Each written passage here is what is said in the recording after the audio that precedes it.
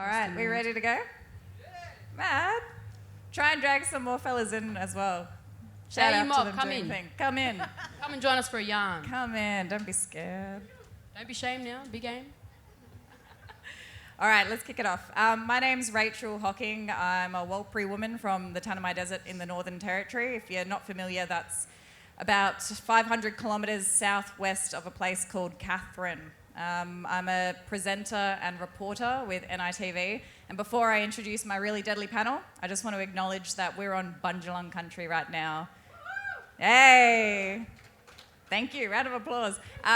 This whole festival is on Bundjalung country, and I think that's really important to remember this entire weekend, all right? You're on somebody's home, so treat it like you would your own home.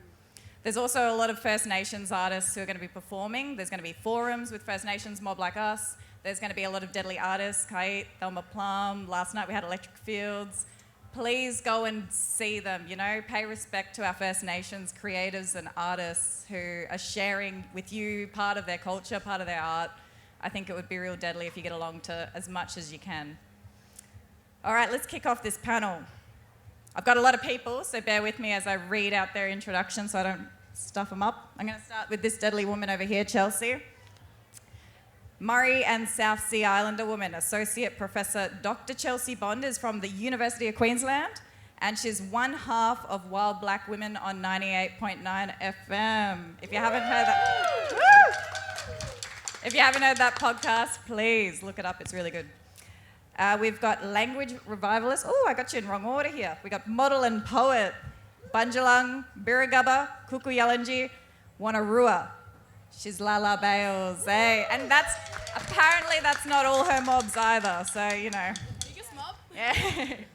We've got language revivalist, Anawan man, Callum, Clayton-Dixon. Artist and producer, Gubby Gubby, Wiradjuri woman, Alethea Beetson. And we're really lucky to have with us Dreaming Now. Now, Dreaming Now are all around me. Sitting next to me is my sister. Kian is a Kuku-Yalanji, Durable and Bardu Island woman, and she's an amazing singer-songwriter. She's going to be singing for us this afternoon. On the drums, we've got Paul Gorry, Yorta Yorta, Goodai Kernai man.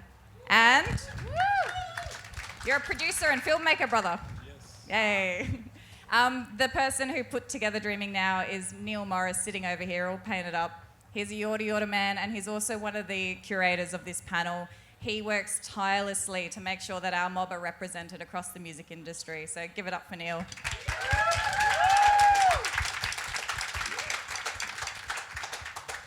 Now, this panel's called Treaty, but we're going to expand it a bit and talk about a whole bunch of things that are important to our mob, most importantly, sovereignty.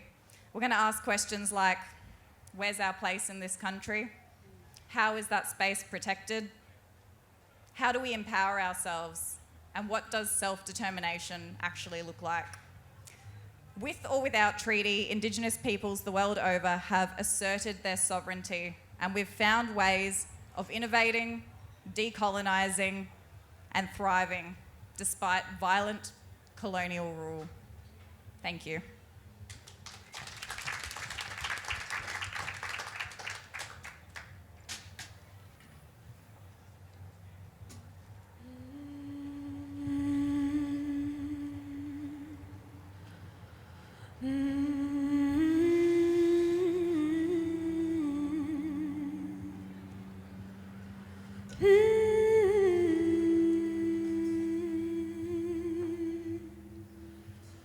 Ancestors in the land, ancestors in the land.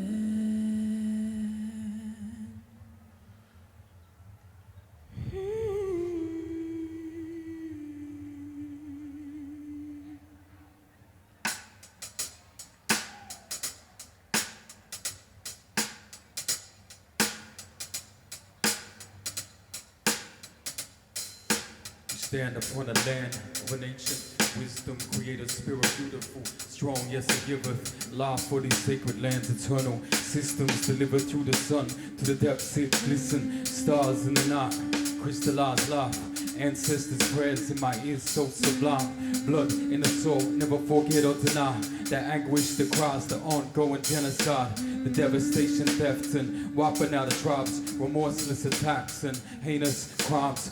Poison in the waters, yet the people we survived. Inscribed with lies and decimated with deceitful bribes. Yet the people we survived pay respect and give love and thanks one time. One time. One time. One time. One time. Peace, love, and unity to all my original tribe.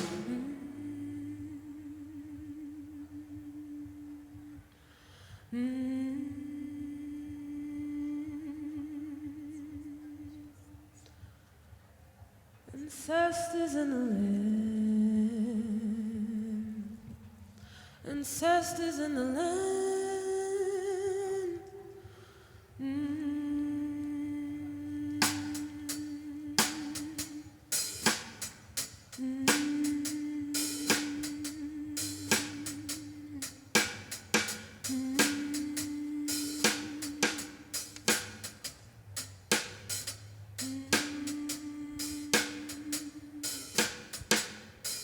Yet the world lost its mind like they sleep deprived. People now peeping signs of the symbols divine. All these carvings in stone, sacred paths, ancient truths in the workings of the grinds, in the creeks and the rivers, forests with snakes sliver, bird calls the liver of truths and lost diction. The fog's holy halo, crystallize and glisten, now replaced with street names really written. Smiles line space, comfortable and smitten. Roads and avenues, central business district, spiritual latitude, laws of metaphysics overtaken by the laws of these long laws. Mystics who preceded the present, new type of linguistics causing nations conflicted. Seemingly cryptic for confusion, running rampant for deeply intrinsic devastation lived in. Severed tied to the ancient rocks, vaporized out of sight on a soon to be unfolding broken down plot. Omens I compare, seeping into sight. Time to awaken, pay respect. Ancestors in the land. Ancestors in the land. Ancestors in the land. Ancestors in the land.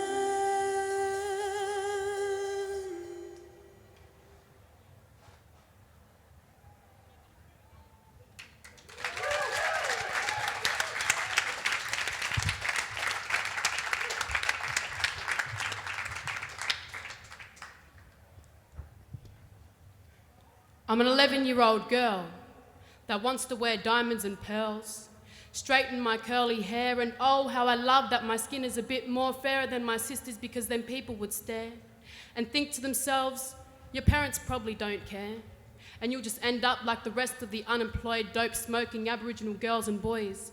Good luck trying to avoid the poison that was spread by colonisers with their sick meds, and we were the guinea pigs that were fed and put to the test, given food rations that was not meant for our digestive system, taken away and then put on different missions far, far away from our brothers and sisters, now left and stuck in your prison systems. My elders, once healthy, living past 100, are now lucky to live past their 50s, and our poor disconnected youth are killing themselves before they even turn 20. Because they have no ancestral roots, they don't know their connection. Our land was once plenty and we weren't put on mute, and we could see our dreaming. Now some of us don't know anything about our beautiful, rich culture. Stripped, stolen, taken, once strong black spiritual warriors now left in a helpless state of mind with no closure. It breaks my heart to see my people so lost and so angry. I was once the enemy who now have no empathy. Yes, they said they were sorry, but actions speak louder than words, and I'm left feeling disturbed because nothing is improving in this Australian society. Like the way that non-Indigenous people think it's okay to say horrendous things about my culture and disrespect me.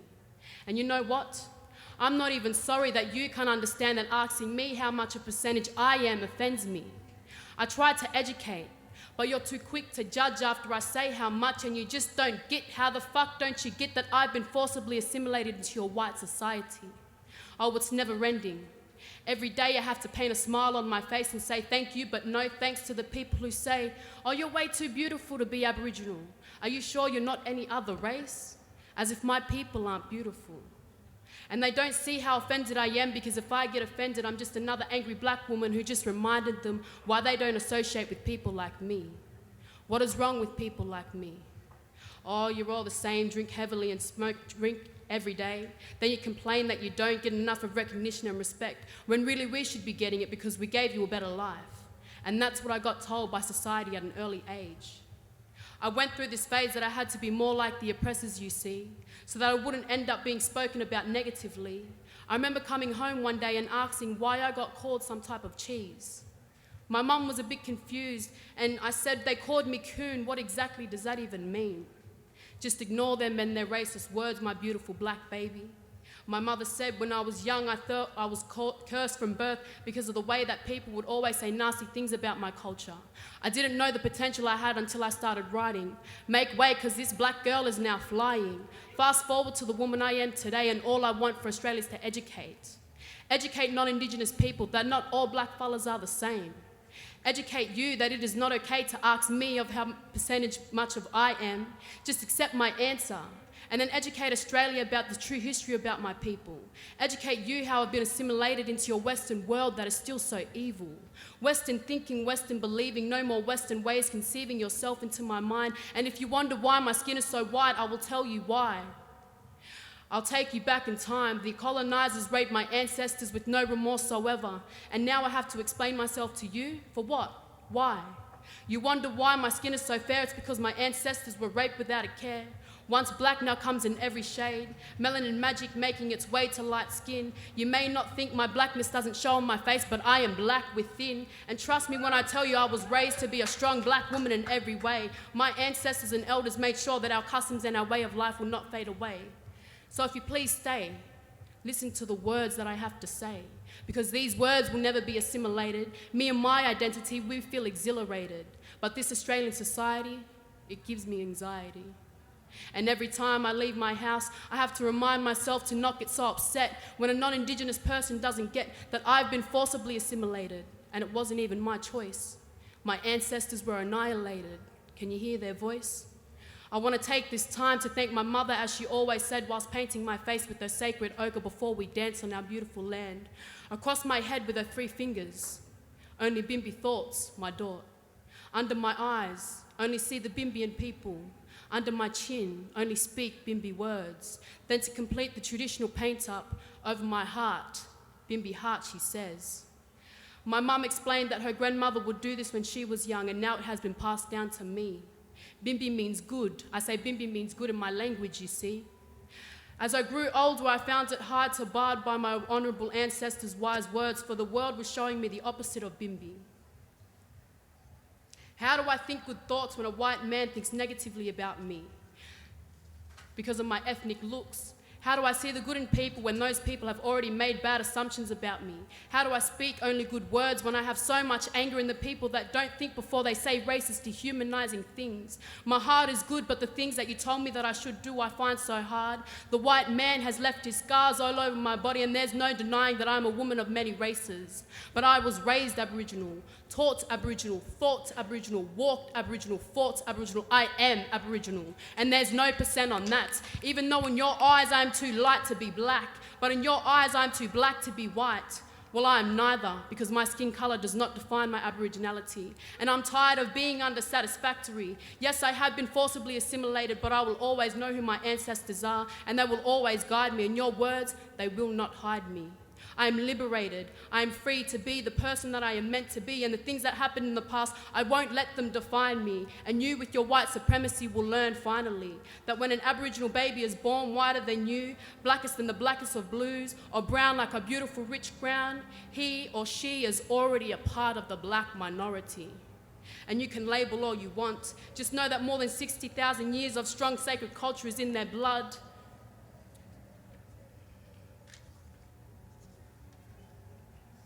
Sorry. That people, oh my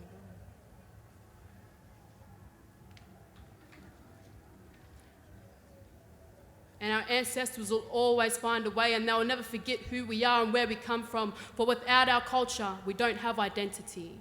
And you fellas with your politics, hierarchies, and history will never understand. It'll always remain a mystery, because culture is what you're truly missing. And if you think that a human being can be a percentage of races, or that one race has only ugly faces, or that skin color has to do with such behavior, then you, my friend, have been forcibly assimilated too. For those thoughts are modified and indoctrinated. Be mindful of one's looks, for they are their ancestors' greatest of great-grandchildren, and you have no right to open their book. Accepting, understanding, and respecting one's forced assimilation is the key to the human race's guidebook. Think Bimbi, only see Bimbi, speak Bimbi and Bimbi hearts. Remember, Bimbi means good, and there you will find a Bimbi outlook. Thank you.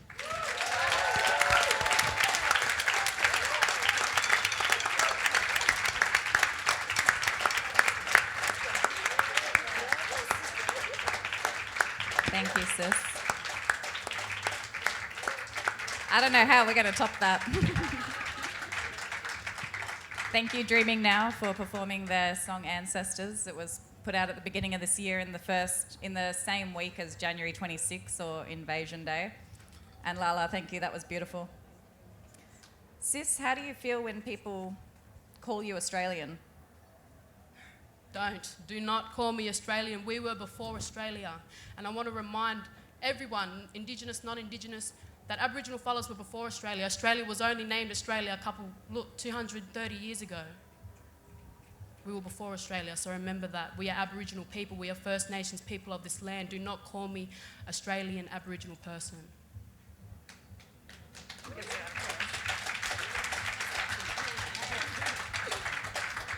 Callum, how do you identify? Yaga Ambeyang, Yinga Gara Nura, Yinga Gara Ilambai, Yaga Yonga. I'm Ambeyang. Ambeyang are the tribe from the southern end of the New England tableland in northern New South Wales. My totems are the bearded dragon and the eagle hawk, and my skin name is a Yonga. That's how I identify. That's deadly. Callum, people have told us in the past that our languages were extinct, that they're not coming back, but you just spoke Anawan. Tell me about that. Our language, which is now commonly known as Anawan, traditionally spoken across the southern half of, most of the southern half of the New England tableland, including Armidale, Walker, Uralla, all that area there. The New England tableland was particularly decimated by extremely rapid and intense colonisation during the first 40, 50 years of the colonisation process, so from the 1830s through to the 1860s. Within 10 years, our people were outnumbered. Within 10 years, there were 500,000 sheep up on the tableland, destroying our native food sources, and those are the kinds of the things that set in motion the extremely rapid decline of our culture, including our language. So by the time it came around to the 1930s, 1940s, that was the time at which the last fluent speakers, the last speakers of our language were passing away. So our language has been dormant for, 70, 80 years now. And just in the last few years, back in Armidale, we've established the Annual Language Revival Program to set about reclaiming our language from the colonisers' archives. But we don't say that it was ever extinct, ever dead. It was forced into dormancy, but we're reawakening it. I think that's a really important point to take away, because we so often just use the colonisers' language whenever they talk about our languages. They never died. They slept, and we're waking them up. For Callum, for you, what's that process been like for you spiritually? I guess, like, being on country without knowing language, like, there's that feeling there of connection, of belonging, but learning language, learning the names of the trees, the plants, different environment features of the environment, the different animals, birds and all that, and then being able to talk about those things, talk to those things, relate with those things, learn the knowledge connected to those words. Like, every bit of language that I learn, every bit of knowledge connected to each one of them words that we reclaim from the archive, like, is like it enhances that connection. Yeah. That's a really beautiful way to put it. Alethea, you do some pretty fantastic work trying to create spaces for our young mob and decolonise, I guess, our art spaces, the way that Australia runs them. Can you tell me why you got into this line of work, why you became political in what you do as an artist and a producer? Well, you're born into politics, so you don't get much of a choice there. So I'm, Cubby Cubby, a Wiradjuri artist and producer living on stolen lands in Brisbane. I grew up with my grandparents and my grandfather, where I get my Wiradjuri and my Cubby Cubby ancestry from. Also a last name that was synonymous at the time with being Indigenous. One of my uncles was fairly well known by both the Indigenous community and the occupied Australian community. So I had a sense of acceptance around my identity, both by white fellas and black fellas. Plus, in the 80s and 90s, where there was less of an understanding about what Sis was talking about in terms of colour, I'd just run around telling everyone I was black, because that's all I knew, and people were quite confused about that at the time. But I was like, I don't know what you're talking about. And because my family's experience was so incredibly different to mine, but I lived under the same roof, so I grew up having a house and having shoes and having clothes that were bought from a shop, not made from curtains, which was what their lived experience was. So I had a whole bunch of, I guess, privileges, and privilege that I do get when I walk down the street that my other sisters don't, whilst also being acutely aware of racism because of how my grandfather was treated, how my auntie was treated. So I think it's been that juxtaposition of understanding both how racism works and how it impacts our mob, but also how privilege works and how it impacts why white fellas get what white fellas get, that made me want to use that to the advantage of some of the most silenced people in our country, the people who have to live the harshest of statistics, and that is our Indigenous young people, who are so incredibly important because they are the youngest generation of one of the oldest surviving cultures in the world. I love all the round of applauses that you're getting up here, because it's dropping truth bombs. Alethea,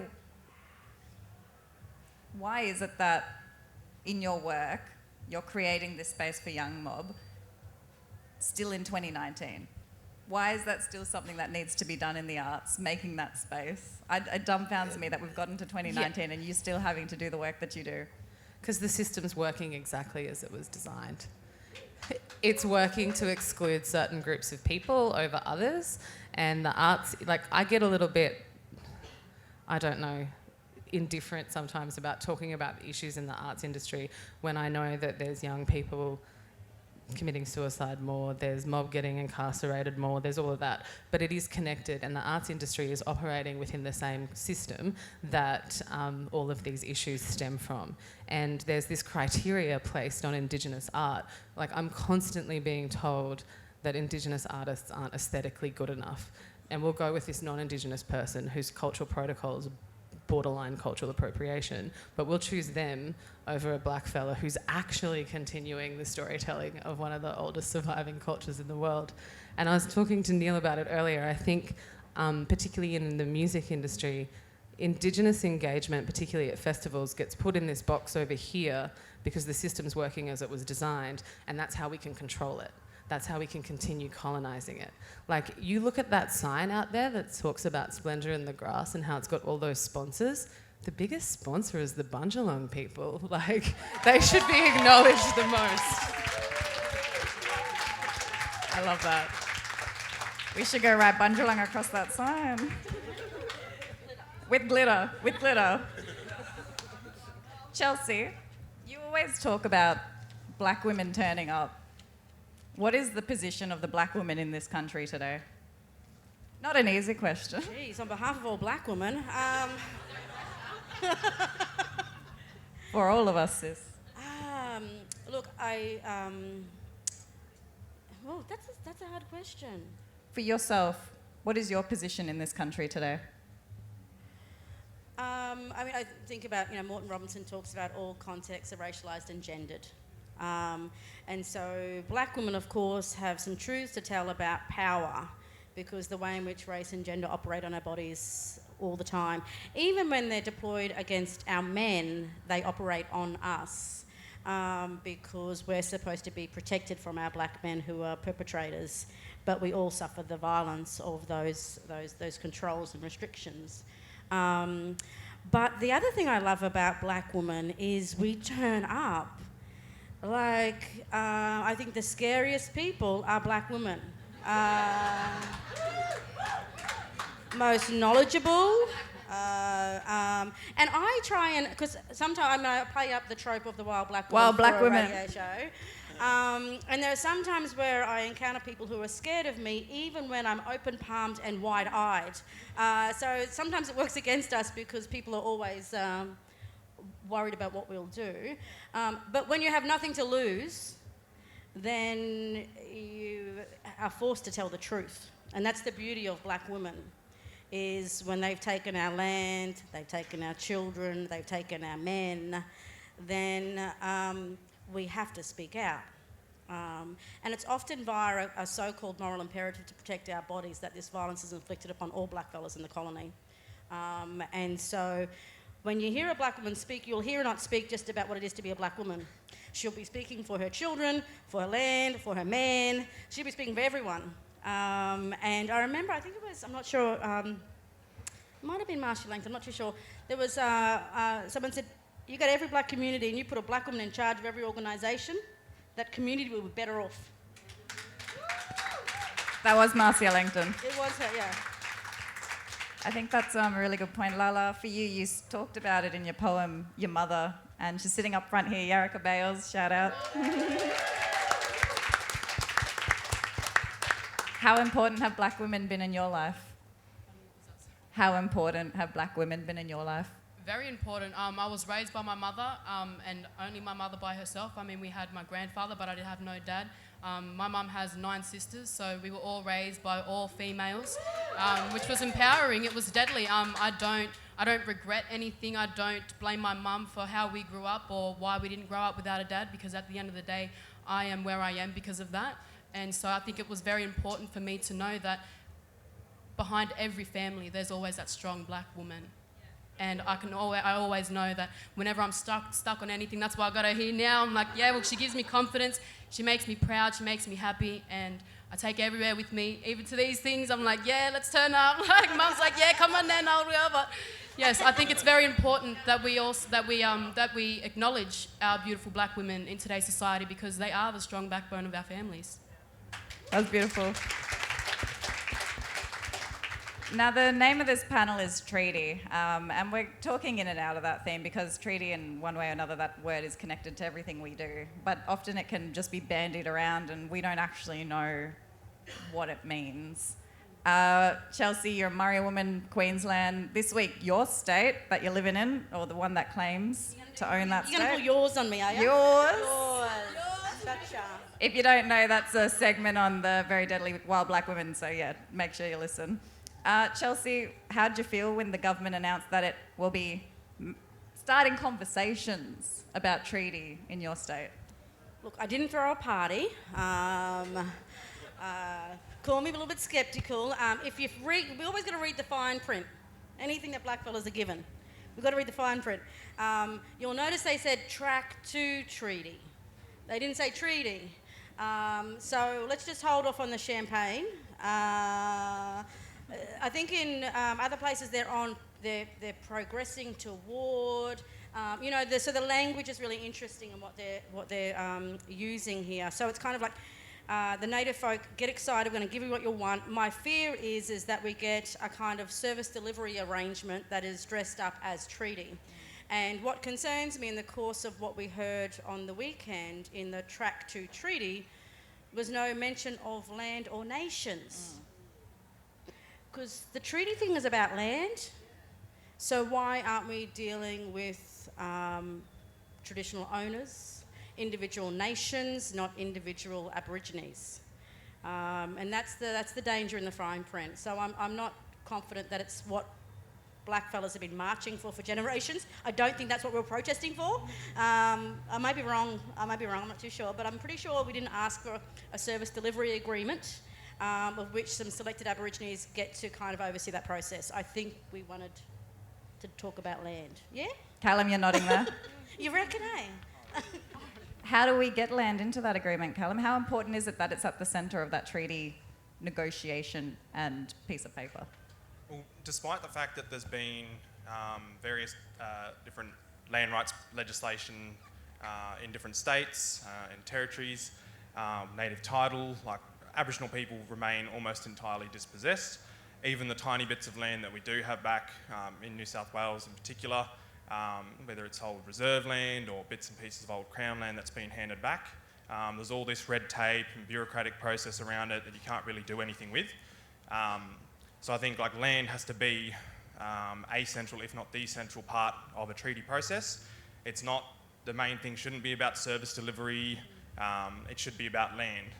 Like we should be able to sit down and say, okay, here's a map of New South Wales, or here's a map of the New England tableland, okay, what lands can be returned, because white fellas aren't going to be handing back wanting to be handing back their houses and the land that they're living on, but there's a whole lot of land that can be very easily handed back, all national parks, vacant Crown lands, nature reserves, conservation estates, unused TSRs, like there's so much land that can be returned, but the return of land with very little, if not no strings attached to Aboriginal people is something that I believe that non-Aboriginal people fear. The return of land is something that non-Aboriginal people fear the most, I believe, because that land is the central question as to the original invasion and the denial of Aboriginal sovereignty, denial of Aboriginal people's inherent rights to our land and responsibilities over our lands. I think that's where treaty comes in, contrasting the Australian situation to, say, over in Aotearoa or in North America, where those treaties acknowledge some kind of distinct political status and distinct rights to land and identity of the Indigenous peoples there, whereas that never happened here. We don't have that legal reference point to go back to and say, oh, in 1840 there was a treaty signed and that treaty recognised our inherent right to our lands. So I think, yeah, land has to be a central part of the whole treaty process. We know that in Commonwealth countries where treaties have been signed, they're not perfect. I want to open this up to all of you, maybe Alethea. Do you think we'd be better off if a treaty had been signed in 1788? I don't think I can answer that question. I think, I suppose, I've been working all week on a creative development for a new dance work that is actually exploring treaty, that we've been waiting so long, that our voice has been suppressed, that it didn't happen when it should have happened, that if it happens now, we've all lost faith. And we got to this really quite depressing conclusion halfway through where we don't, probably because of what you just described and helped explain to me with what was announced last week, where we don't actually feel like we trust the current government and the system to deliver the kind of treaty that we have been protesting and that we have been asking for. So I guess my fear is that it's going to be appropriated into this another form of controlling mechanism, particularly if it's not based on land. How important are our artists in helping to respond to that and create art like what you said? You've been involved in so much political and really decolonising work in this space. Why is it important that our artists are able to respond to that and have a voice when we talk about things like treaty? Sure. To kind of quote, she'll kill me for calling her Arnie, but Arnie Leonie Coghill, who I learnt off of at the Queensland Museum. She was the repatriation manager there. She taught me everything as an Indigenous woman that I kind of know and understand. Our artists are our history keepers, our storytellers and our future makers. And if treaty is about futures and it's about our futures, then our artists who are tapped into our community, like the ones on this stage, should be helping to make that future with their art. Perfect person to quote this is. Lala, you're the youngest person on this panel. Oh, Definitely. Put me on like that. Yeah, what I think about treaty. Get straight to it. Yeah. No, I'm a very out there person, so I'm sorry if I come a bit off as intimidating. But anyway, Don't apologise. Don't apologise. No, what I think about treaty, as a fourth generation in my family, still talking about treaty to this day, it's a bit silly. I think it's really silly because at the end of the day, whether a treaty happened now or happened many, many years ago when it should have happened, at the end of the day, it's a piece of paper. What's that going to prove? What's that going to prove for our people? We've still got rates skyrocketing, deaths in incarceration, deaths in custody, suicide rates, so many health and mental well-being within our young fellas. We've got so much stuff, so much truth to talk about. Why are we talking about a treaty when we need to start talking about these subjects first? That's what I honestly think about treaty. Do you get any hope when people bring it up, when the Queensland government says, we're going to start talking about a pathway to this? Does that give you any hope? Yes and no, because if we are talking about a treaty, then it needs to be operated for our people, by our people. If it's operated by the Western mentality, hierarchies, that structure, then it's not going to work. It's not going to work for nobody. Who's going to be the one falling again and again and again? It's just a piece of paper. It is. I see you nodding there, Chelsea. How do these negotiations, in your mind, in an ideal world, where do they need to start? Oh, look, if I can just come back to, I think I'm really interested in like the different means of resistance that blackfellas enact every day as part of exercising our sovereignty, because we have it. Like we're not appealing for it. We exercise it every day in our being, and just it's a privilege to sit with all different fellas here that are exercising it in all our different ways, all trying to undermine this oppressive structure that acts upon our bodies all the time. And so I think about, Callum, with your cultural revitalisation work, I'm interested in race because I'm interested in how race as a mechanism is used to deny us of our rights. And so it's not an either or, but these different ways in which we have to come at this to contest. And so we know the way in which deficit discourse works to deny us of our rights. And so I am sometimes apprehensive about talking about our problems to our oppressor because it's used against us and weaponised against us to say, well, they can't be trusted. White fellas right now are out of control in terms of how our lives are controlled. And people from overseas are shocked at the way in which we don't get to run anything here. We don't run anything here. We don't have power. And for me, a treaty is about power and the redistribution of power. What concerned me when the Uluru Statement came out was it talked from a base of our powerlessness. Like, that is not how we appeal. This is not an equity agenda for us. This is an agenda of sovereignty. So how do we, at the one hand, define ourselves by our resistance, but also on our own terms? And we see here, even embodied in this panel here, is blackfellas navigating in all those different ways of resistance to and assertion of, and trying to make sense of that in a society that refuses to see us. If you go to any black protest, you still see the sign, still here. Like, that's what we're appealing to be seen even. That's how low the bar is in this place. Thanks, sis. Hey, Neil, I see you nodding along there. I think you got something for our audience, something to share.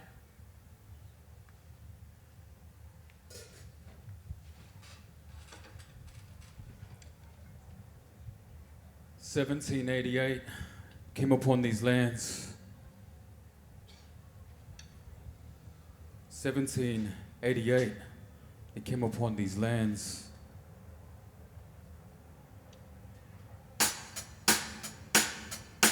"1788, they came upon these lands, washed into the bay, stepped upon sacred sands, didn't recognize there was governance at hand, laws and conditions not based upon demands, tribes, clans and families in line with sacred chants, songlines, stories, blessing woman, child and man, stars, constellations, formulating plans, bountiful plains of medicinal plants, spouts beyond the physical, beating our dance, none of this dreaming unfolded by chance, but they didn't see this majesty right before their eyes, labeled us as savages and plotted our demise, took our star formations to represent their plot, not realizing natural essence broadened through those knots, busy painting laws to sidestep our rights, deny our very ways that we were out of sight, out of mind. Spot that laws this landscape never defined in the previous 60,000 plus years of time. That said, Australia still a sin of crime when they push us out the matters and that's blinding than the blind. Australia does not exist. Australia does not exist. Australia does not exist. Australia does not exist. But none of this is what they try make it seem. Laws formed in power dynamics and schemes, superimposed upon eons of dreams, besieged with the intent to make us bleed. Adopt their creeds to wither in the backdrop and recede. Assimilation policy, a swollen horror scene. White Australia, false democracy, no jurisdiction to take over autonomy. The lobotomy reads lies. A surgical pose to eradicate all black lives. They took children as they took all under the skies. Put poison in the waters, these heinous crimes, yet we survive. Yet we still on these lands and we thrive. Yes, we strong as ever, fam, but yet the dreaming right here and the now. No matter the shackles that cannot put this light that we ignite it proud. Australia does not exist. Australia does not exist. Australia does not exist. Australia does not exist.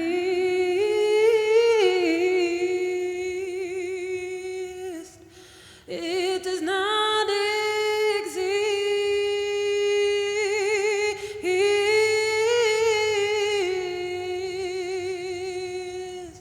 It does not exist.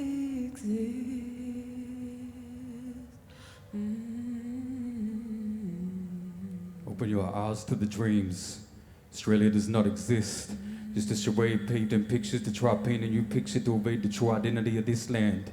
It is built on legislations and false formations without true jurisdiction, propagated through mass manipulation of populations and resources. Genocidal policies and forces. Born in the blood of our ancestors, massacres. But still sacred spirit here. Breathe in the air, true essence delivered from our mother's womb and hands. This always was and always will be a land of countless indigenous nations, none of which are called Australia.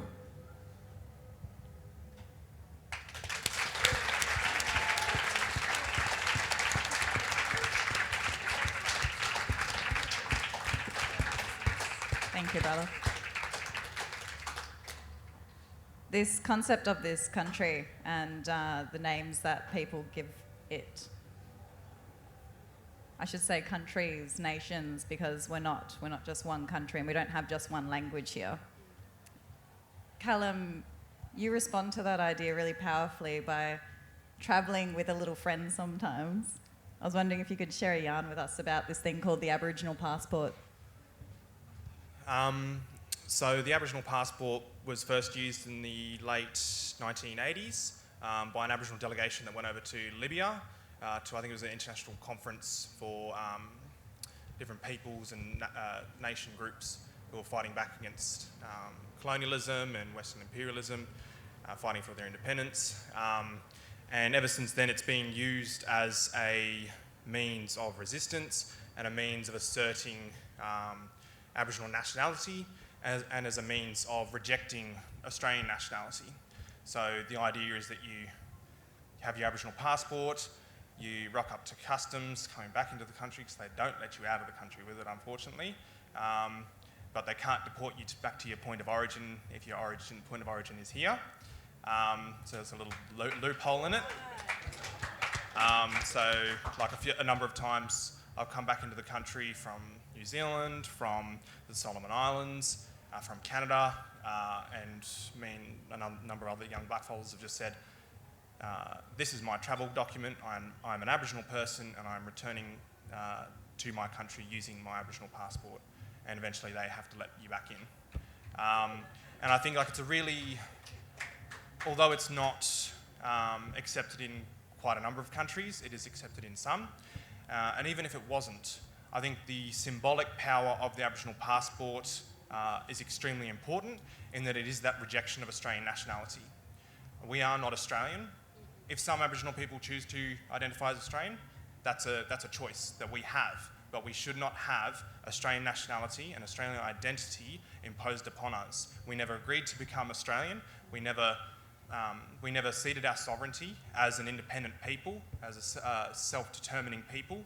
We've never been given that question. No one's ever asked us, do you want to be part of this nation?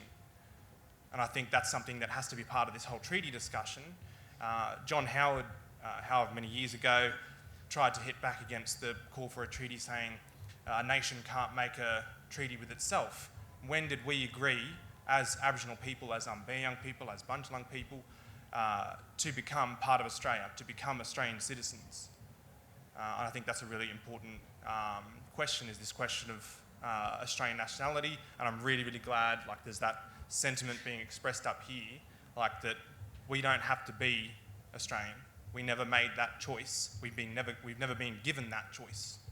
And the irony here, though, is that blackfellas have been so welcoming to the new arrivals, so accommodating, so tolerant. You know, I've not encountered blackfellas today who are sending people to offshore detention centres for seeking asylum. I've never heard blackfellas protesting for people to go back where they come from. What we've been calling for is some sort of negotiated coexistence. And even a moderate articulation of that via the Uluru Statement was framed as radical. Like, blackfellas have been so accommodating, like, all the time. And so it's just really bizarre that we didn't choose to be Australian, but we have been so inclusive and accommodating politically, but also at any black community you go to, are so very welcoming and accepting of people, because we behave relationally, not hierarchically. And the new arrivals here can learn a lot about what it means to be human from the very people they've spent so long dehumanising.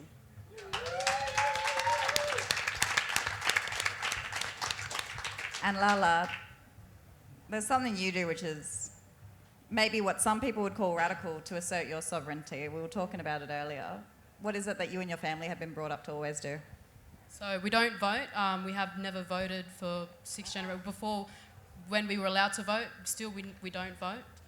The reason being is because, well, they don't include us. They don't include our voice. They don't really care what we have to say. So why should I vote if you don't care what I have to say? Start including me, start including all Aboriginal fellas, and then we'll see what happens. So what I do a lot of that in my work. I write poetry, and I have a platform on social media that I like to get that word out there, that I am a sovereign woman, and that a lot of Aboriginal fellas are sovereign people. We are a sovereign nation, as many as First Nations people around the world are sovereign people.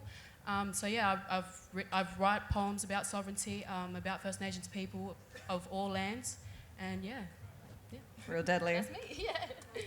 Alethea, how do you assert your sovereignty? Well, I'm what the government wanted, and it did backfire on them, so there's that. I'm like literally that third child, and it didn't work. You exist. You exist. So, obviously, being able to hand things over to Indigenous young people for them to kind of speak is asserting sovereignty, because they're kind of told they don't exist in those spaces. They're not allowed to have access to those spaces. So that's really important.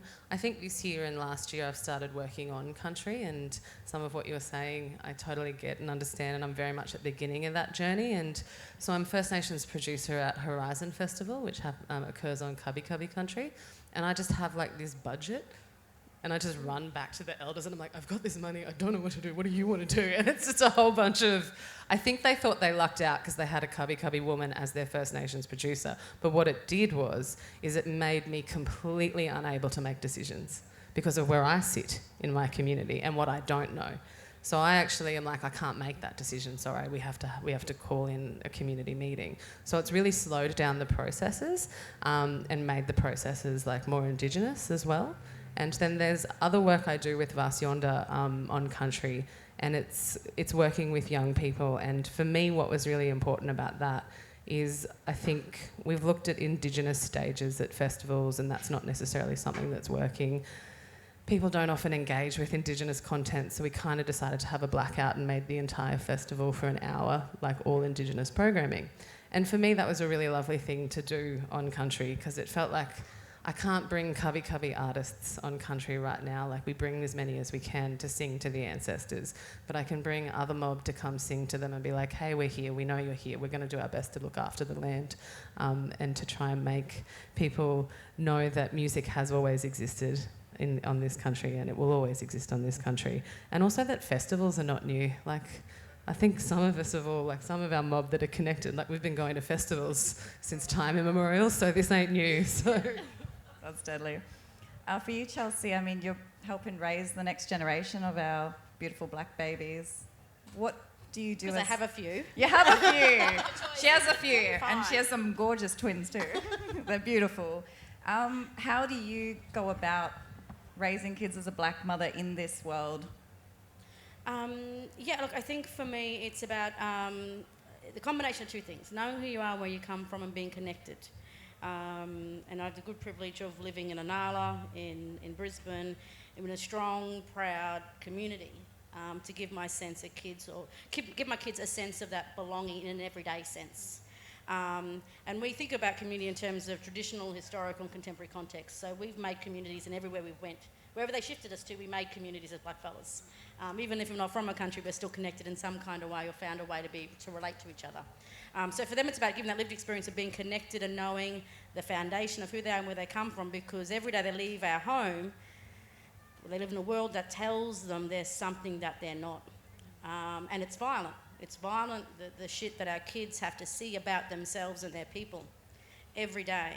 And my own children have been used as props in, government marketing campaigns that frame them as troublemakers. So it's real. It's not. I'm not just talking theoretically here. It happens. For me, for my kids, it's also about what weapons do I give them, and it's part of why I do some of the work I do around race. Is that critical race consciousness? Because before them ships come, we didn't have the weapons to fight race. We didn't have to. We only became Aborigines when they came. And so we now have to carve out those weapons for our next generation to know some of the things that are coming at us are not about us. And our bodies tell the truth, not about who we are sometimes. It tells the truth about the violence of this society we live in. It tells us about the violence of whiteness. So, 100% kids incarcerated in the Northern Territory, that doesn't tell us about deviant black kids. That tells us about the violence of the territory, the place that suspended the Racial Discrimination Act in order to control almost every aspect of blackfellas' lives. And so I think we have to challenge ourselves, and I do it with my kids, about not those logics that get inscribed upon our bodies, how we reject giving them a home in our hearts and in our minds, that we don't take that on. And that's fucking hard work. And it's something that black parents or parents of black children have to do every day that white parents never have to think about. Yeah.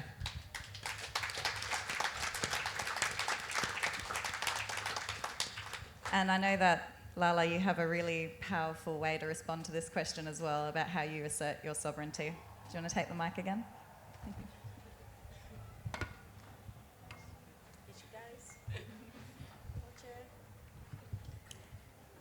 I'm a sovereign black woman, and I have a voice. And that makes me an angry bitch to the people who don't understand the things that I have to put up with. I'm a sovereign black woman, and it was my choice to not be under your commonwealth. Yet you still send me letters to vote for your politicians who didn't really care about how I felt. And let's face it, some of them only really care about their own wealth. I hate to dwell on the past, but I will remind you about the white people's task. They tried to end our future fast. And you say we get all these free things. Can you please tell me where I get them, please? Can I have a free house on my stolen land? Can I have some money to help me get by? And then can you add some free health and well-being? Because now my people are left feeling depressed, diseased, dying early compared to your non-Indigenous human being. You say I live off your tax, when really I'm just trying to make an honest living. Is it so hard to ask for your freedom on your own land? The answer is yes, because we haven't had freedom since 1788. And your privileges that you have, you just take for granted, you just take. People of colour are less stranded, and you people live large without even thinking about the people living below your standards. All of your thoughts and your ways of living will continue to be planted so that equality will never be second-handed. The little money that I have, you keep demanding and will continue to be demanded, just for paying to live on my own country. It makes me so upset to see these things happening all over Australia in every black community. But not only here, you see. Every place that has been colonised around the world, we can all relate to the same dehumanising things. The fight that we will continue to keep on fighting. The poison that you've spread cannot be undone, so I will continue to keep writing in hopes that my words will change your thoughts and educate your daughters and sons that equality needs to be number one. but you don't want equality. Because power is what you love and cherish the most. Yes, you said that you're sorry, but that was just a hoax. Actions speak louder than words, and over these past years living on Earth, it hasn't gotten any better, let alone improved. Everyone's fed up and misconstrued. Every poem I write seems that I'm just saying the same things over and over and over again, just different wording. But no one's really listening. My heart continues to ache, and it's always hurting for my people who were left burning in their ancestors' ashes. I'm not looking for revenge, just a little bit of understanding, respect, compassion, and more friends that believe that this racist system needs to change for the better, because whether we like it or not, we've all got to live together. I don't want you to feel intimidated, just hear me out. Yes, I might scream and shout, but that does not make me an angry black bitch. And if you really just listen, you'll know what I'm about. I say, please hear me out. Power, money, fame, it's all the same and very addictive. But at the end of the day, we all have something to give, and I'm really trying to be cooperative. I think we should all forgive one another and love each other. But in order to do so, I just ask that you please include black sovereign women of colour. Thank you.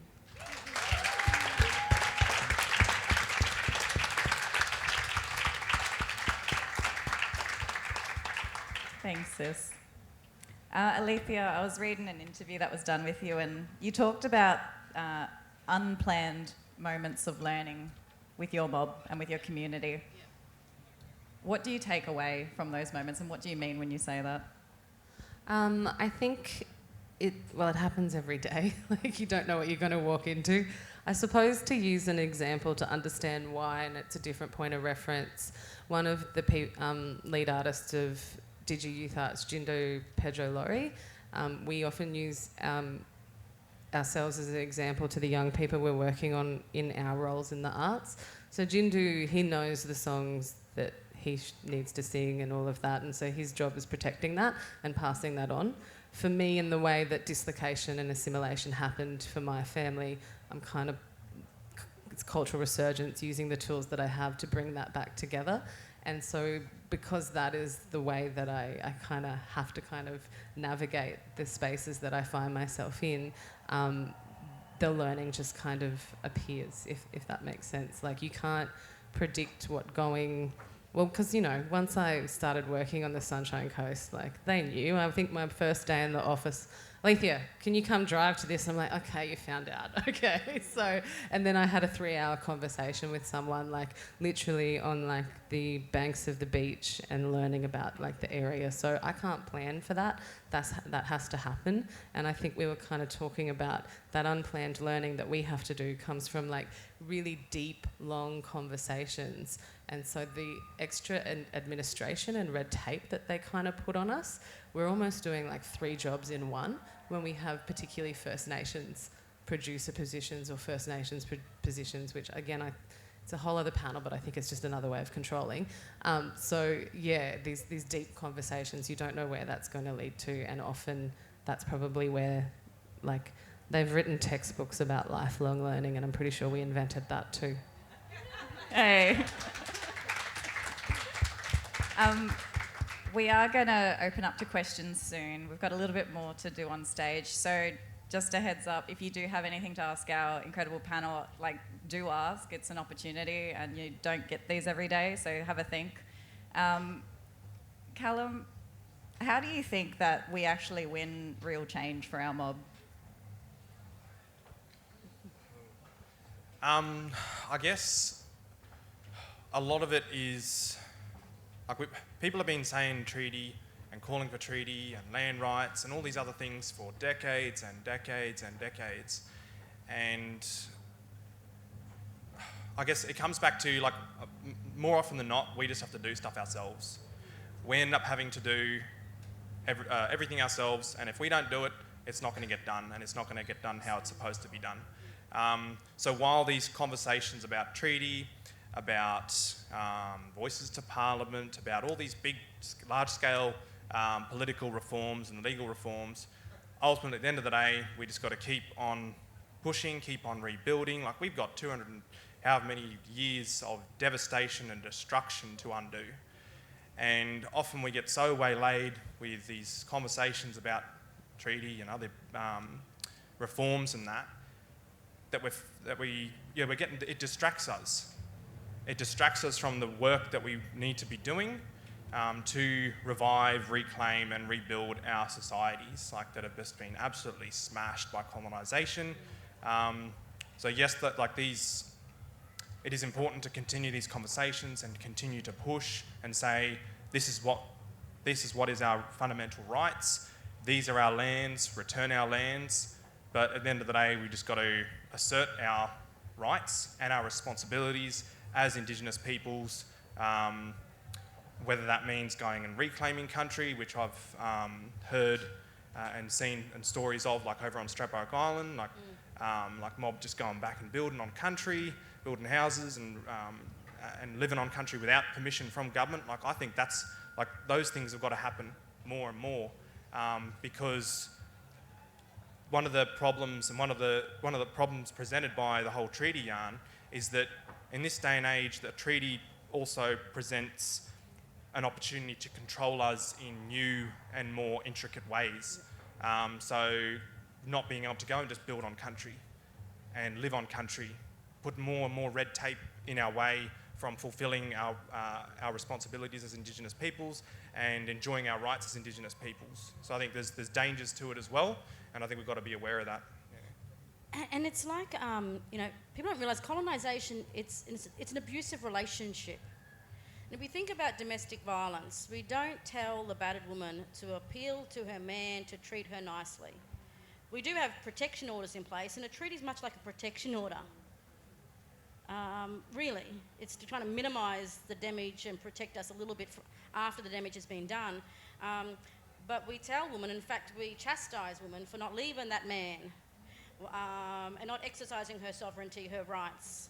And I think there's the one exciting thing that black academics need to do is to be watching what black fellas are doing and writing up and theorising about sovereignty from the acts of black fellas right now.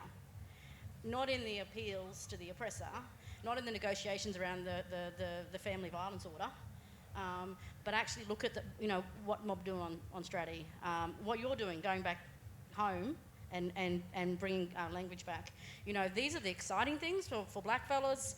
The acts of black fellas is what is, I think, the most exciting part, whether it's creatively, intellectually, politically. That's the really exciting part about the time that we're in right now, is the shit we're doing, regardless of what they're doing to us. You're nodding a lot there at the end there. Hey. Lala, I mean, as a young woman, and you carry a lot, you obviously have a huge family legacy as well. Your family have been fighters for generations. I don't want to finish just talking about all this stuff that we have to carry. How do you look after yourself every single day with this fight that you put on? By reminding myself that we are the oldest living race in the world. Reminding myself that we are still strong in culture. We still know our language, it's still out there. Go out there, listen to your elders, have a talk with your elders, have a talk with your mum, have a talk with your dad. Find out where your people are from, because it's out there. You need to know your identity. I think if we're talking about what we want for a better way of life for our younger fellas, I think we need to start integrating into schools. Teach them while they're young about their culture, their language, their dance, everything that they need to know to be confident to walk into this Western world, because we walk in two worlds. And when I grew up, or still growing up now, I have to remind myself that I'm still walking in these two worlds. I've still got to remind myself that, hold up, I've got my Aboriginality, and I've also got my Irish heritage, my South Sea Islander heritage. I've got so much other things that I carry along with me, and I've got to remind myself that at the end of the day, you are a strong black woman. You have been raised as a strong black woman. You know where you come from. You know your culture. And I think that's important for you to teach young fellas at an early age, that you do have culture. Beautiful. Dreaming Now, last words for you.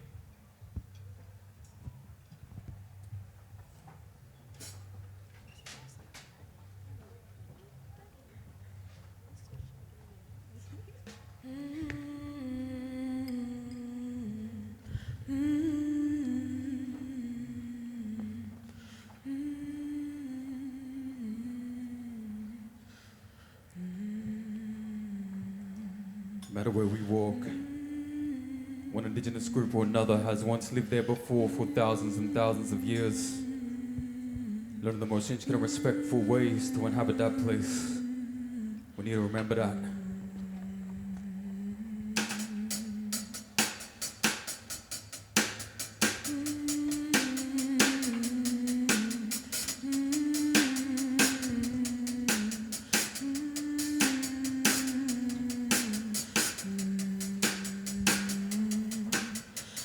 We're on indigenous lands of original clans. Since the beginning of man, countless years out on these lands. Living so grand, alarm to command, intrinsic alarm.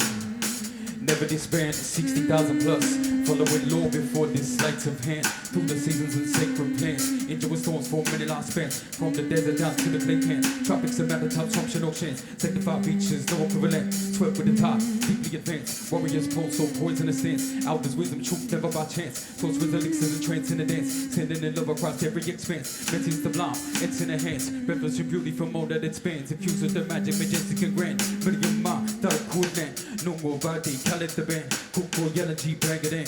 Yo, pay me enough, but again, Yota, what would that? Whose land are you standing on? Whose land does that belong? We didn't know the history, know the facts. Indigenous land that we are on. Indigenous land is where you stand. Where you stand. Indigenous land is where you be. It's where you be. Indigenous land, it always was. It always was. Indigenous land always will be. Always will be. Indigenous land is where you stand. It's where you stand. Indigenous land is where you be. It's where you be. Indigenous land, it always was. Always was. Indigenous land always will be. Lest we forget the frontier wars and the genocide blueprint that does live on. That's the custody it does seize. No hoping to fix that never falls by big gods. Still the elephant in the robust. Children again and again stolen. In the blink of an eye, they are with us and then they are gone. We still amidst all these storms. 230 years on. Pillage and scorn. Culture ignored. Fictions insidious adorn. All of our sacredness shaken and torn. All the while on indigenous lands. We are living our tellers upon. Does your mind realize the throne? As it posted subliminal throne. From ancestors on the rise on established lists and do not belong. A perpetual cycle of wrongs is been glorious way with time bomb. But yeah, all of our kingdoms still here, still live on. We still countless original, limitless indigenous nations. There's no broken chain of law. Ancestors singing law. Yeah, they're singing that law. Endlessly, they giving us more. From the desert to the shore. Yeah, they're singing that law. Yeah, they're singing that law forevermore. Indigenous land is where you stand. It's where you stand. Indigenous land is where you be. It's where you be. Indigenous land, it always was. Always was. Indigenous land always will be. Always will be. Indigenous land is where you stand. It's where you stand. Indigenous land is where you be. It's where you be. Indigenous land, it always was. It always was. Indigenous land always will be. Always will be.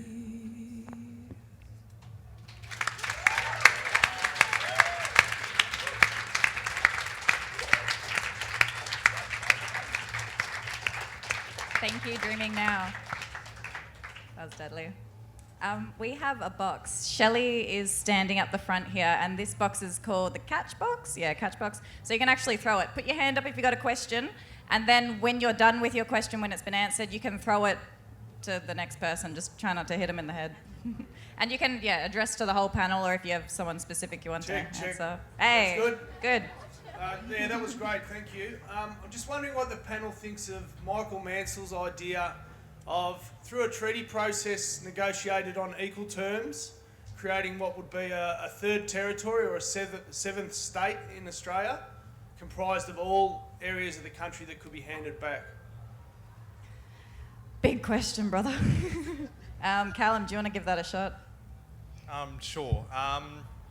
I think the whole Aboriginal seventh state model is a really, really interesting and worthwhile model to have more discussions about.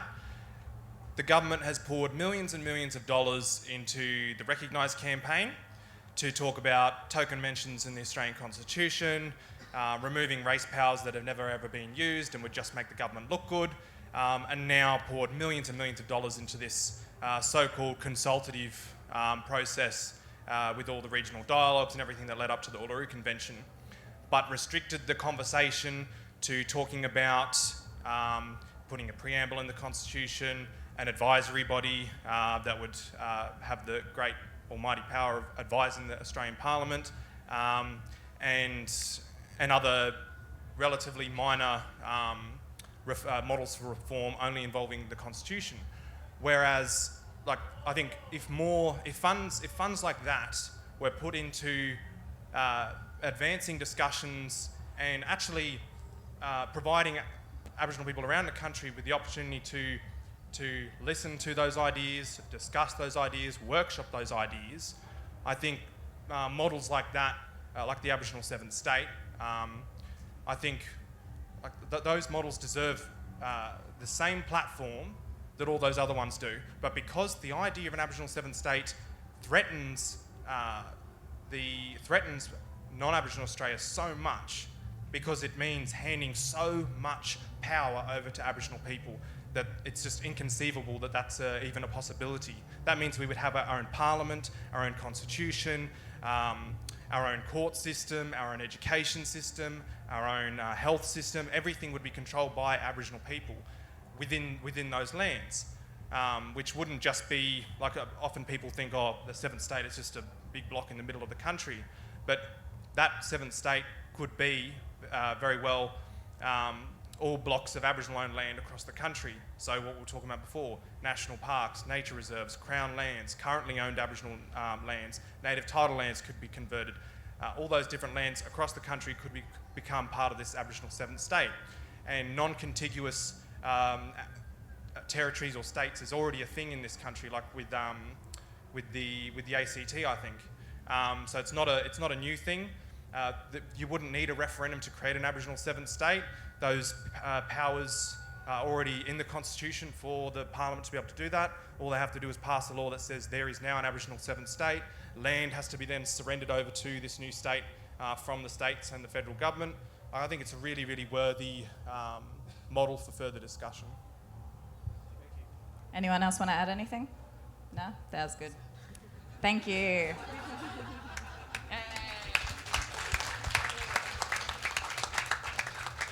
Next question. Hi, thanks for this. This has been awesome. I was just wondering if there was any other models where a colonised nation has done treaty well. Do you know of any examples that is like... Well, good? define well. Well, like what? Yeah, I don't know. Anyone think of an example? We got the Sami parliaments up in parts of Norway. Is that something you would like to see, our own parliament structures? I think that we have nothing on the table speaks volumes about this place, and that even the prospect of investing in a process in which we can then tease out what we could do. I mean, the Howard government went and really undermined a governance structure that we had in this country for Aboriginal people, albeit problematic, but because the pendulum had swung too far. And we've certainly felt the wrath of that ideology. So we don't have the mechanisms and infrastructure in place to even support the discussions around these ideas. And instead we've got politicians even lying about even what their moderate ideas are, like calling it a third chamber and stuff. So I think we're that deprived here. It's so revealing that we don't even have the space to yarn about different ways of doing it. I'm interested, though. Thinking about sovereignty as in all of its variations, and not just something that's exercised via a treaty process. It's something that we can, as Callum was saying, just exercise all the time. So I think we need to be, as part of that conversation, what is it to be sovereign every day? And I think about Audra Simpson, who talks about refusal as an exercising of sovereignty. So sometimes it's in refusing to play is the way in which we exercise our sovereignty. It's not in a model in a negotiated model. So it's thinking about that more broadly about how do we exercise our sovereignty in all kinds of ways. And I reckon here we have a unique kind of vantage point in terms of being both First Race and First Nations, of showing the world what sovereignty actually is, theoretically and ontologically. And I think that's what we can show the world. And I think we need to do more of that. Yeah, definitely more sovereignty. All right, next question. You can throw it. Good throw. That's sick. First of all, thanks to all of you guys, and respect to you all and all the hard work you've all done. Just out of curiosity, there are a lot of people that are entitled in Australia that have enough land, but they actually do want to give it back. And there are ways that we are looking at finding to work with the originals in giving land back. However, there are concerns, and I've seen them personally myself, where you think you're speaking to an original elder, and 9 times out of 10, they're actually just selling the land off for personal gain. Have you guys worked at some sort of infrastructure to protect from any corruption that happens through the original cultures? Does that make sense? Yeah. Chelsea, you want to give that a shot? Well, I think, and I sort of can't speak for that experience. I think the thing that interests me, particularly when we see it, look at native title, when mob finally win it after all of the violence that process causes for our families and communities, is that we don't actually get to decide what happens to the land. And so exercising your sovereignty means you get to do what the hell you want to do with it. I mightn't agree with it, but you choose what happens to that land. And so I think sometimes there's these funny kind of caveats placed on blackfellas about, well, we'll give you what you had already back, but we're still going to decide what you should do with it. That's a funny kind of thing. And so I'm not saying that, of course, there are issues around how we work as a nation and those governance processes for our communities. That's something that I think each nation has to work through and decide, and are already doing and have been doing for generations. It is a thing that we kind of work through. But I do contest this idea that if blackfellas get their land back, that they then must continue to use it in the way in which they would have used it pre-colonisation. I guess definitely agree with that. I'm more concerned about the ones that sell it back to mining companies and things like that. It's probably a bit clearer way of putting it. Sure, and I can't speak for what mob choose to do with their country. And I know that there are mob who do negotiate with mining companies, and I can't speak for it because that's not my country. But it's... Callum, what do you reckon? Just quickly, the idea of handing back national parks and nature reserves and all these parts of the so-called conservation estate often brings up the question in non-Aboriginal people's minds of how do we know the Aborigines are going to look after this land if we hand it back to them?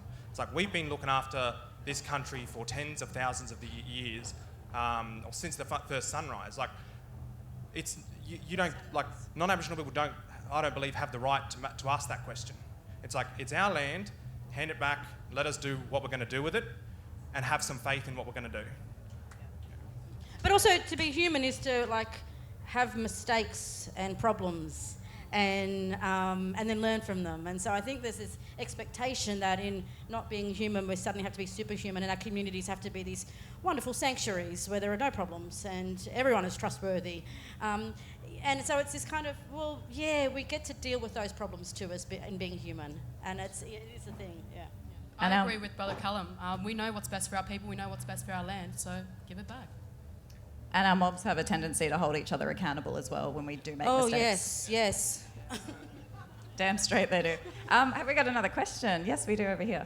Thank you very much for the really interesting perspectives that you've shared with us all today. I've really learned more than I thought I was going to learn, so thank you very much for sharing that. Our children go to a government primary school, and they recently decided that they didn't want to stand up for the Australian anthem anymore. But their teachers are not too happy with that decision. We feel like we're going to have to call the school and have a talk to the school. What do you think we should say to their school? Can I just say, excuse my French, fuck them. Who cares what they have to say? Who cares what they have to say? That's their choice. If they feel like that doesn't represent them as a person, fuck them. Any more advice? What do you... Can you call them? You say it so much better. I'll get my mum on them. Nah. Any advice of what you'd say? Just let them do it. Yeah, and they're your kids. I don't know, sometimes I've had to deal with a school or a teacher. They're my kids, not yours. And so, and I think it's really exciting about I'm more interested in the conversation you have with your children. in the course of this interaction. Because you know what the school is going to be like, and you know that battle, but I'm interested in the conversation that you have with your kids at the kitchen table, because that's the really interesting one. And that's the exciting one to be having, yeah. So congratulations on raising. How deadly are your kids? Good job. Have we got any more questions? Have we got one up the front here? Oh, Good one. All right. Hey, my name's Dakota. I'm a Bundjalung man from Bundjalung Nation. Not far from here. Thanks for having us on your country, brother. Thank you guys for coming. Can you hear me still? Yeah. No, thank you guys. A lot of you guys are my idols, so I'm a bit nervous. But initially I had a question about treaty, but right now I feel like asking you guys, maybe Chelsea, you can speak on this question as well. As a young Aboriginal person, currently asserting myself in the public and political space, I'm finding trouble navigating the line between appearing as sort of overly radical and dismissed, or as strategically and sort of effectively radical, if you know what I mean. And we know what's right, we know what true sovereignty is and what we should be doing, but it's navigating this difficult structure. And I just wanted any advice for a young person like me. Yeah, that's really, yeah, thank you. It's a question that I've had to think about. I think a lot of us think about, well, how black do we get to be here? And will being black help us? Or do we put on the white voice? Or, you know, that's the violence of racism, is the internal battle all the time about doing the right thing for mob but also being yourself. It is, yeah. So I grew up in a house where we were raised to be 10 times better and be as good as them, if not better than them, because we could be, but also because we have to be in order to be even. So I had this kind of indoctrination growing up of prove to them you're as good as them. And it's really tiring. It's really hard. And then what's violent though about that requirement is that when you realise it actually doesn't matter how palatable, how affable, how intelligent, how hardworking you are. That was the sort of, I guess, realisation for me. And I had a senior black scholar say to me once you realise they're never going to accept you, you'll be free. And that's what it is to be sovereign, is that you just do it on your terms anyway, because they're going to call you a black sea regardless of what you say and how you say it. And so it's taken a lot, because we do live in a society that also tells us if you work hard enough, if you're smart enough, we will treat you like one of us. And we saw in the Goods documentary last night that it doesn't matter how superhuman you are, if you dare speak out of place, even and so articulately as he did and so moderate as he did, you'll be treated like a black bastard anyway. So you may as well be one. Solid advice. Does anyone else have an answer to that? No. Be a black bastard? Yeah, I'm a wild black woman. I've just claimed it. And I've made a radio show out of it. Like, in claiming the position, and you operate from your own terms of reference, no one can come at you. Because it's who you are. You're not pretending, you're not masquerading, it's tiring keeping the act up. So you might as well just be who you are and let them come for you, and then get your mother, get your aunties. Mob will back you, mob will back you. Maybe Lala will vote for the first time. You're not by yourself, brother. I guess, like, it comes to, like, for me, my approach to that kind of thing has been tested in recent times with dealing with like tertiary education institutions, i.e. university, and just the rigidity of it and the institutional racism that's so prevalent but so subtle. And for me, it's like a constant balancing act between, like, trying to maintain your principles and continue to operate upon them principles, and then trying to survive within that space. And it tears you up constantly. But I think, like, it's, for me, like, it's never about trying to reform them. It's never about trying to change their institutions. It's about, because at the end of the day, things like universities are the colony. They are colonial institutions to their very core, and they'll always be the colony. They're not meant to be ours, but what we can do is carve out spaces from which we can exploit their resources and organise and decolonise from them spaces, but not with the aim of trying to change them, because that is such a, like I've just learned over the last few years, it's just such a damn hard thing to do, and it's exhausting and it wastes our time. So let's just exploit them, carve out our spaces and do our thing. And so I can add, let mob be your moral compass. So, because there's sometimes mob call us to frontline and to drag. Sometimes mob call us to negotiate and mediate some things. But your test around those questions will be returning to mob. And if your mob are there for are saying yep, you keep going, that's the thing, because I think we have to regulate the temperature at times in those different contexts. But so you find your tribe in terms of who helps you regulate that stuff, because it will chop and change from day to day, and it's having those good people around you that will tell you the truth, call you out, good ways.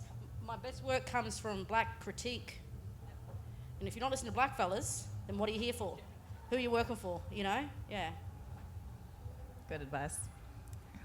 I think we're nearly done. Is anyone... You do have a chance to ask a question if you haven't had time yet. Anyone else? Oh, yeah, sorry, sis, I didn't see you there. Kia ora. I just wanted to ask... that was a beautiful toe talker, thank you for that. I just wanted to ask, how can visitors to your nations learn more about the history of your lands and your people? Come to forums like this. Don't listen to white people. Yes.